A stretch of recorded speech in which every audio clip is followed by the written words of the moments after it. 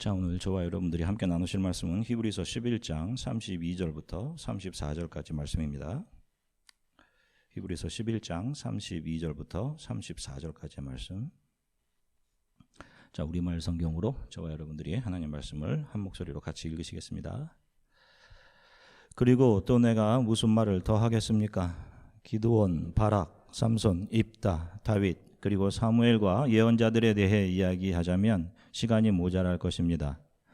그들은 믿음으로 나라들을 정복하기도 하고 의를 행하기도 하고 약속들을 받기도 하고 사자들의 입을 막기도 하고 불의 능력을 꺾기도 하고 칼날을 피하기도 하고 연약한 데서 강하게 되기도 하고 전쟁에서 용맹한 사람들이 되기도 하고 이방 군대를 물리치기도 했습니다. 아멘.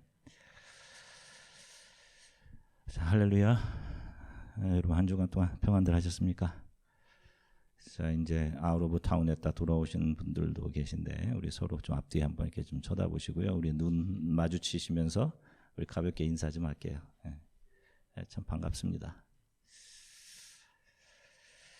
자, 지난 시간에 우리는 믿음에 의해서 이스라엘의 앞길을 막고 있던 초롱성 같았던 여리고성이 무너진 일과 그 여리고성 안에서 몸을 팔아서 생계를 유지하던 여인 라합이 믿음에 의해 이스라엘의 정탐꾼들을 맞이하고 그들을 살려준 이야기를 나누었습니다.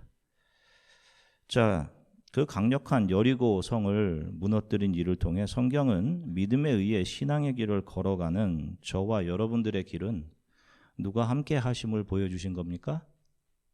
하나님이시죠. 이스라엘들 백성들이 하는 것은 성 주위를 도는 것, 하나님의 임재를 상징하는 언약궤를 들고 도는 것 뿐이었죠. 자, 또 남편이 없이 이 남자 저 남자에게 몸을 팔아 살던 여인 라합에게 믿음이 참 남편을 만나게 하죠. 그 정탐꾼 중에 있던 살몬이라는 사람이 라합의 남편이 되고 그를 통해 다윗이 오고 그를 통해 예수 그리스도가 오게 됩니다. 세상을 남편 삼아 살아가고 있던 여인이 참 신랑을 만나 참 남편을 맞이하게 되는 것, 그것을 성경은 구원이라고 이야기를 하는 겁니다. 바로 그 구원으로 믿음이 이끌어간 이야기를 한 것이죠. 자, 이 두 가지 이야기가 우리가 지난 시간에 살펴본 말씀이었습니다. 자, 성경이 정의하는 믿음과 세상 사람들이 자신의 욕망을 채우기 위해 만들어낸 종교들에서 정의하는 믿음은 그 의미가 전혀 다릅니다. 세상 종교에서 정의하는 믿음이라는 것은 신이 자신들에게 좋은 것, 내가 원하는 것, 자신들이 그 원하는 것들을 줄 것이라는 신에 대한 신념, 그것을 신에 대한 믿음으로 정의를 합니다. 그리고 이런 믿음을 가지고 신을 감동시킬 열심과 의지를 신 앞에 내어놓는 일을 믿음이 좋음으로 정의를 해요. 자, 그러나 성경이 말하는 믿음은 이들과는 다르죠. 모태신앙으로 신앙생활 해온, 저는 모태신앙으로 신앙생활을 해왔습니다. 저도 그 이전까지 제가 믿는 하나님은 이런 하나님인 줄 알았어요. 그러나 저를 회심케 한 성경 구절 로마서 4장 5절입니다. 같이 읽겠습니다. 이를 아니할지라도 경건하지 아니한 자를 의롭다 하시는 이를 믿는 자에게는 그의 믿음을 의로 여기시나니. 아멘. 여러분 보세요. 세상에서는 열심히 일을 하면 거기에 맞는 보상, 리워드가 주어지는 것이 당연한 것입니다. 그리고 그 보상의 정도는 이 사람이 얼마나 열심히 공부해서 또 그 분야의 학위나 전문가가 되어 있는가 하는 것에 따라 그 보상이 다르게 주어집니다. 그래서 사람들은 그것을 얻으려고 애를 쓰는 거죠. 자, 그런데 전문가 자격이나 학위만 가지고 있다 해서 보상이 주어지는 것이 아니라 일을 해야지만 그에 대한 보상이 주어집니다. 일이 먼저지요. 일을 내놓아야 하는 거예요. 일을 한 사람에게 고용인은 당연히 보상을 주는 것입니다. 그런데 하나님의 은혜는 그렇지 않습니다. 정말 경건하지 않고 정말 너무도 형편없는데 의롭다고 해주셔요. 더 말도 안 되는 것은 일을 하지도 않는데 그에게 영원한 생명이라는 보상을 주십니다. 그렇게 선하지 못한 자신의, 아니 선할 수 없는 저와 여러분들에게 은혜로 대해주신 하나님을 신뢰하는 것을 성경은 바른 믿음이라고 하는 거예요. 감히 하늘을 우러러보지 못하고 제가 죄인입니다. 자격이 없어요. 그런데 주를 신뢰합니다. 그것을 믿음이라고 하는 거예요. 자, 오늘은 이스라엘 사사시대와 왕정시대를 지나갔던 대단한 인물들에 대해 성경이 언급합니다. 기드온, 입다, 바락, 삼손, 다윗, 사무엘. 자, 오늘 본문은 이들이 나라들을 정복하기도 하고 사자의 입을 막기도 하고 약속들을 받기도 하고 의를 행하기도 하며 연약한 데서 강하게 되기도 하고 적들을 물리치기도 했다라고 합니다.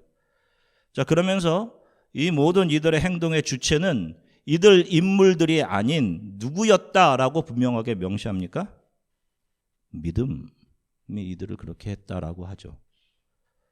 그런데 이들 중에 우리가 주목해 봐야 할 인물이 한 사람이 있는데 그 이름이 바로 바락이라는 인물입니다. 번개라는 뜻을 가지고 있어요. 자, 여기 언급된 인물들 중 대부분은 위대한 신앙의 본을 보여준 인물들입니다. 물론 때로는 다윗 같은 경우는 연약함이 드러나 죄의 자리로 가기도 했지만 회개하며 하나님 이 발에 엎드려서 다시금 그의 자리로 회복하고 대부분은 특별히 흠잡을 만한 데가 없는 그런 신앙의 삶을 살았던 사람들입니다. 그런데 바락이라는 사람은 이 반열 안에 들어가도 되는 것인지 의구심이 가는 사람입니다. 자, 사사기 4장 4절부터 9절까지 말씀을 우리말 성경으로 같이 읽겠습니다. 라피도스의 아내인 여선지자 예언자 드보라가 사사로서 이스라엘을 통치했습니다. 그녀는 에브라임 산간지대의 라마와 베델 사이 드보라의 종려나무 아래에 앉아 있곤 했는데 이스라엘 자손들이 재판을 위해 그녀에게 찾아왔습니다. 그녀는 납달리의 게데스에 사람을 보내 아비노함의 아들 바락을 불러 말했습니다. 이스라엘의 하나님 여호와께서 내게 명령하셨다. 너는 가서 납달리 자손과 스불론 자손 1만 명을 택해 이끌고 다볼산으로 가거라. 내가 야빈의 군대 대장인 시스라와 그의 전차들과 많은 군대들을 기송강으로 유인해 내 손에 넘겨주겠다. 바락이 드보라에게 말했습니다. 만약 당신이 나와 함께 가면 나도 갈 것입니다. 그러나 만약 당신이 나와 함께 가지 않으면 나도 가지 않겠습니다. 드보라가 말했습니다. 내가 분명 너와 함께 가겠다. 그렇지만 내가 가는 일로는 내가 받을 영광은 없다. 여호와께서 한 여자의 손에 시스라를 넘겨주실 것이기 때문이다. 그리고 드보라는 일어나 바락과 함께 게데스로 갔습니다. 자, 보시나요? 이게 성경에서 우리들에게 전하는 바락의 스토리 전부예요. 자, 바락이 살던 시기는 드보라라는 여인이 사사, 저치로 이스라엘을 다스리던 시기였습니다. 자, 저치, 재판관의 역할을 한 것인데요. 그런데 그 당시 가나안 땅 하솔 왕 야빈의 군대 장관 시스라가 철로 만든 전차 900대를 동원해서 이스라엘을 침략했습니다. 그때 이스라엘 군대를 지휘할 지도자로 바락이라는 사람이 임명이 됩니다. 그리고 드보라가 바락에게 하나님께서 당신에게 납달리 자손과 스불론 자손 1만 명을 데리고 다볼산으로 가서 싸우라고 합니다. 라고 합니다. 그러자 바락이 뭐라고 이야기합니까? 당신이 같이 가지 않으면 저는 안 가겠습니다. 라고 하죠. 자, 드보라 사사, 드보라는 당시 재판관이었을지는 몰라도 그녀는 힘을 가진 군사도 무기를 잘 다루는 용사도 아니었습니다. 그런데 용사로 부름을 받은, 용사들 중 지도자로 부름을 받은 바락이 여인 드보라에게 당신이 가지 않으면 저는 안 갑니다. 라고 한 거예요. 그러자 보체는 바락에게 드보라가 이야기합니다. 내가 가겠다. 그러나 이번 전쟁에서 너는 아무런 영광도 얻지 못할 것이다. 라고 책망하듯 답을 해줍니다. 그 당시 시대는 남자에 의해서 여자의 신분이 결정되는 그런 시대였습니다. 어떻게 보면 장군으로 부름을 받은 바락이 마치 어린아이가 엄마에게 보채듯이 전쟁을 앞두고 어리고 연약한 모습을 드러내 보이는 것처럼 보이죠. 자, 그런데 오늘 우리가 읽은 믿음에 대해서 이야기하는 성경에서는 이런 나약했던 모습의 바락이 믿음에 의해 이끌려갔던 사람이었다라고 말하고 있습니다. 그리고 그의 이름을 기드온, 사무엘, 다윗과 같은 위대한 신앙의 인물들의 반열에 같이 올려놓고 있습니다. 자, 이로 보아 우리가 분명하게 알 수 있는 것은 믿음이라는 것은 우리들을 통해 드러나는 행위의 결과를 목적으로 삼는 것이 아닙니다. 그러니까 드러난 결과로 우리의 믿음이 판단되는 것이 아니란 말이에요. 무엇을 잘해서, 무엇이 잘 되어서 그 사람의 믿음이 평가될 수 있는 것이 아니라는 말입니다. 성경이 말하는 믿음은 우리 자신이 부인되어져 가고 예수 그리스도만을 의지하게 하는 것을 목적으로 하기 때문에 믿음은 매일의 삶에서 우리의 비겁함이나 우리의 연약함을 드러내고 그것을 보게 합니다. 한 주간 동안 여러분들의 부족한 모습들 많이 보셨죠? 이게 나의 모습이네.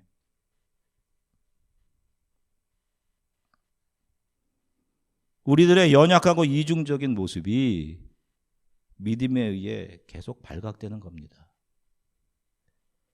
그래서 자기 자신에 대한 신뢰를 잃어가게 하는 거예요. 그리고 예수 그리스도만을 붙들게 하는 겁니다. 자, 저와 여러분들 모두가 하나님 나라 천국을 소망합니다.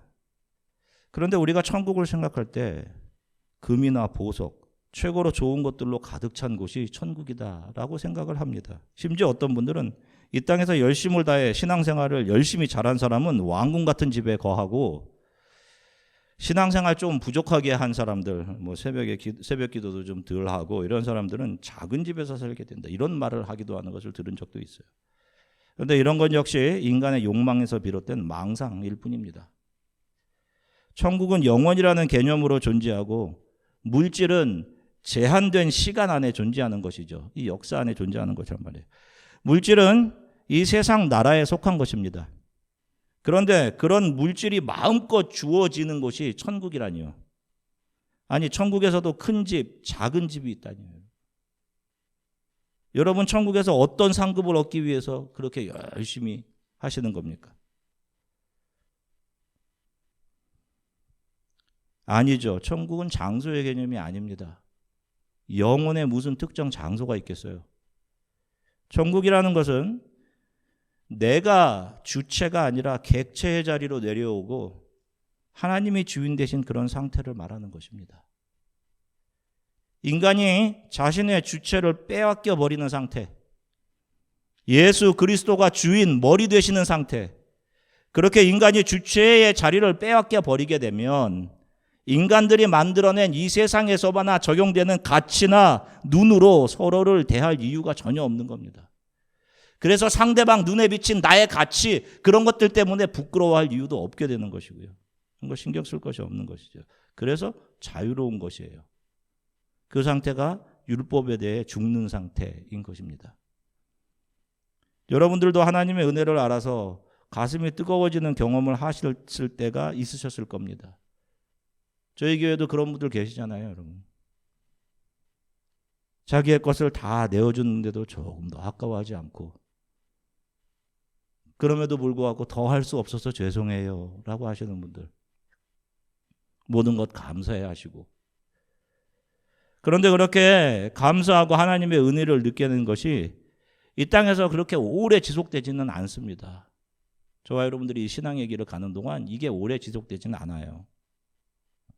왜냐하면 늘 우리가 이 눈에 보이는 것 때문에 우리들의 마음을 빼앗기기 때문이죠. 철로역정에 나오는 크리스찬 역시 마찬가지입니다. 그래서 저와 여러분들에게 필요한 것이 함께 모여서 예배하고 기도하는 거예요. 서로를 격려하는 겁니다. 우리가 바라보는 이 산소망이 맞습니다 하는 거예요.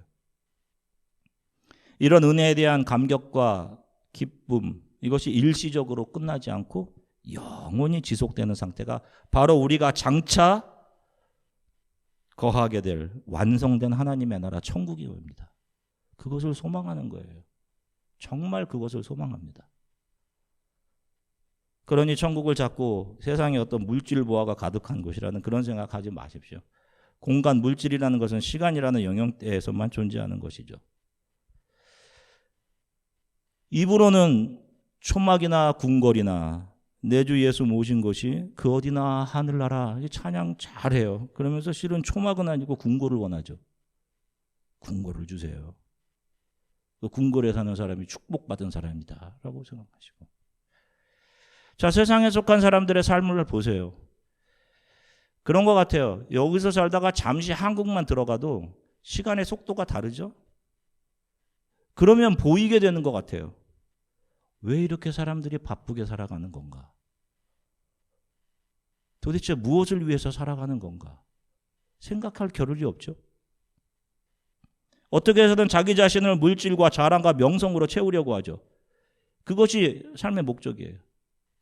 또 MZ 세대들은 어떻게 해서든지 이 주어진 공간 안에서 즐기면서 살아갈까? 사탄에 의해 돈과 자기 자랑과 명성, 즐김을 따라가는 그런 삶이란 말입니다. 그러면서 하나님의 나라에 대한 소망, 우리가 전혀 생각하지 못하도록. 그 사탄이 이끄는 대로 가는 길, 그 길의 끝이 어디인지 분명하지 않습니까? 사람들에게 자비와 긍휼이 메말라가고 시간을 돈으로 환산해 오직 돈 벌기 위해 혈안이죠. 그 돈이 내 인생에 가장 중요하다라고 생각하면서요. 자, 미국에서도 마찬가지죠. 미국 사람들에게 시간은 이라고 운을 한번 떼워줘 보십시오. 직장에 가서 얘기해 보세요. Time is 하면 그 다음에 뭘 얘기하나? Time is money, money. 성경은 돈, 물질을 만몬, 사탄이라고 이야기를 합니다. 그게 바알이고 아세라고 단무스고 그게 금오스이고 사탄이요. 그 사탄들이 그 물질 가지기 위해 모여 있는 곳이 지옥인 것입니다. 우리는 지금 지독한 이기심들이 서로 부딪히고 있는 지옥을 보고 있는 거예요. 서로를 갖겠다고.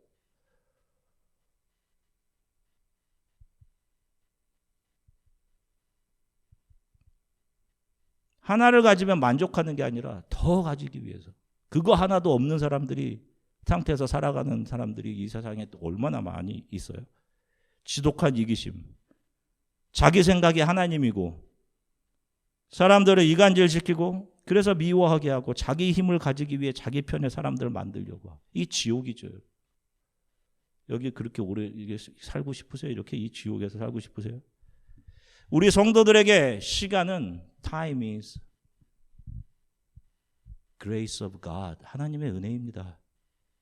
주어진 하루하루가 은혜예요, 여러분. 이 시간은 나의 죄됨을 보여주시고 그런 나 자신에게 절망하게 하시고 그렇게 우리 안에 있는 죄의 깊이를 보고 주의 발 앞에 엎드린 우리들을 너가 나의 자녀야. 괜찮아.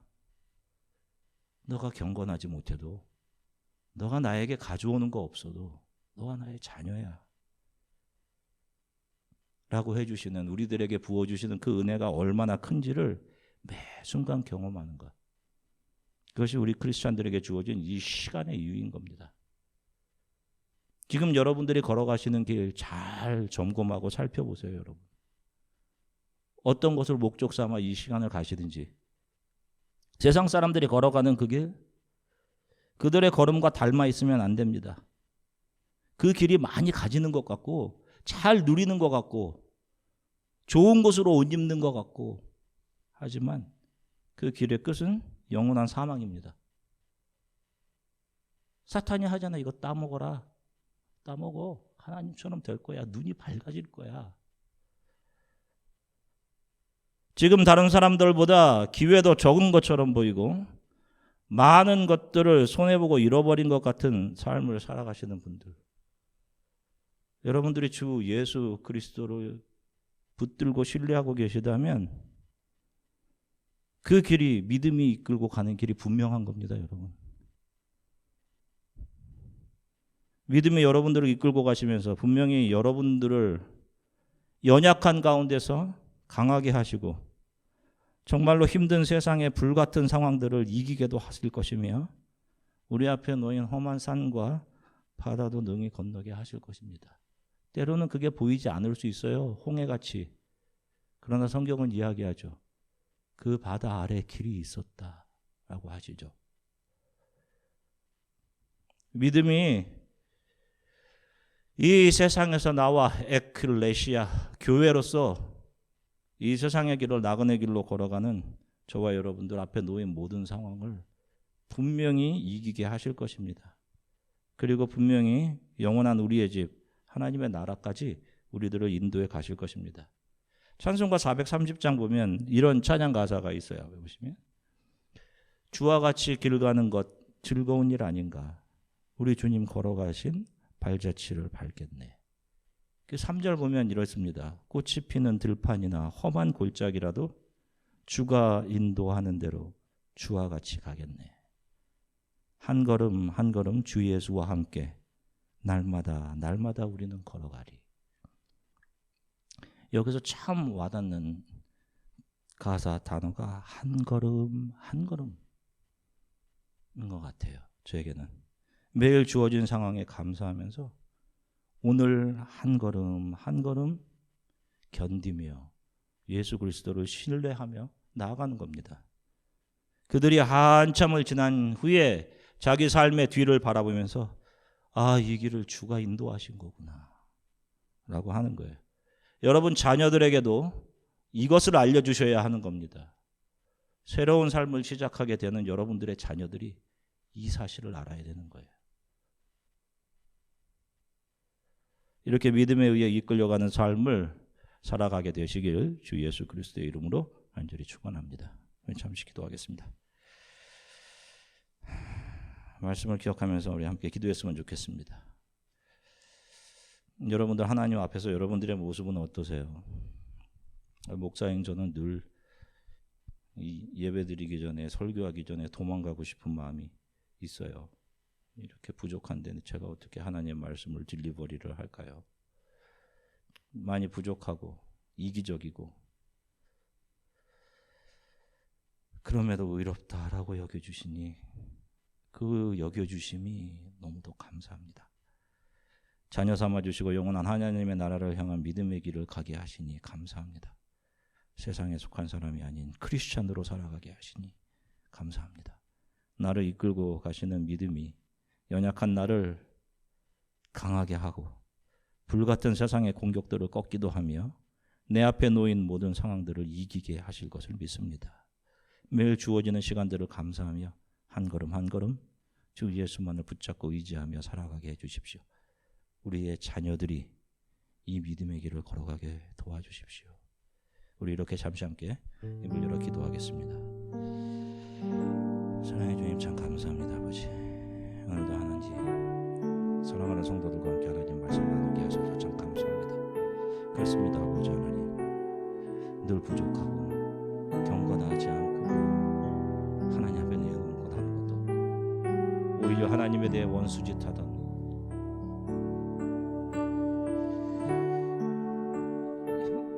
참 탕자 같은 그런 아들인데 의롭다라고 여겨주시니 하나님의 자녀다라고 여겨주시니 영원한 하나님의 나라를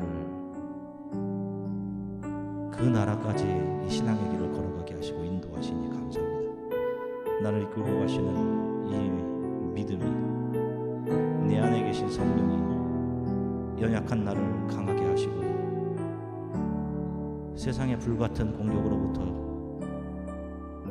지키고 우리 앞에 놓인 모든 상황들을 이기게 하실 것을 믿습니다.